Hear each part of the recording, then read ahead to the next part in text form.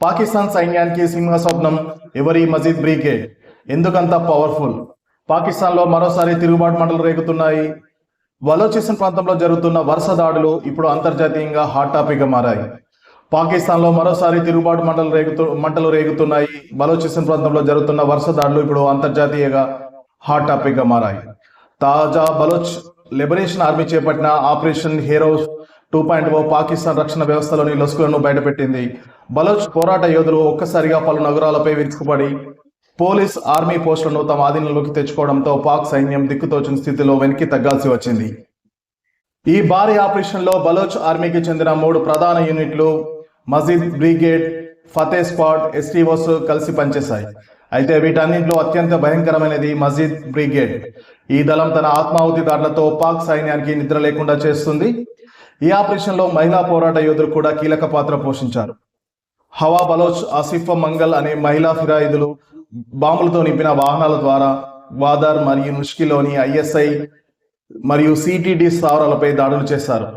ఈ పోరులో మజీద్ బ్రిగేడ్ చెందిన 11 మంది ఆత్మాహుతి సభ్యులతో సహా మొత్తం 18 మంది చనిపోయారు.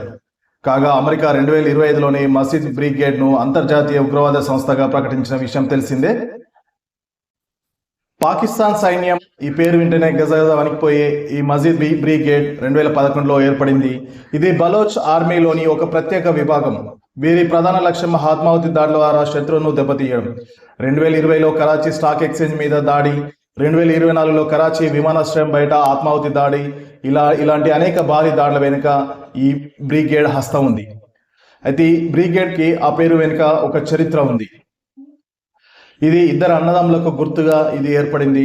BLA మాజీ నేత అస్లాం ఆచో 2010-11 కాలంలో దీన్ని ప్రారంభించారు.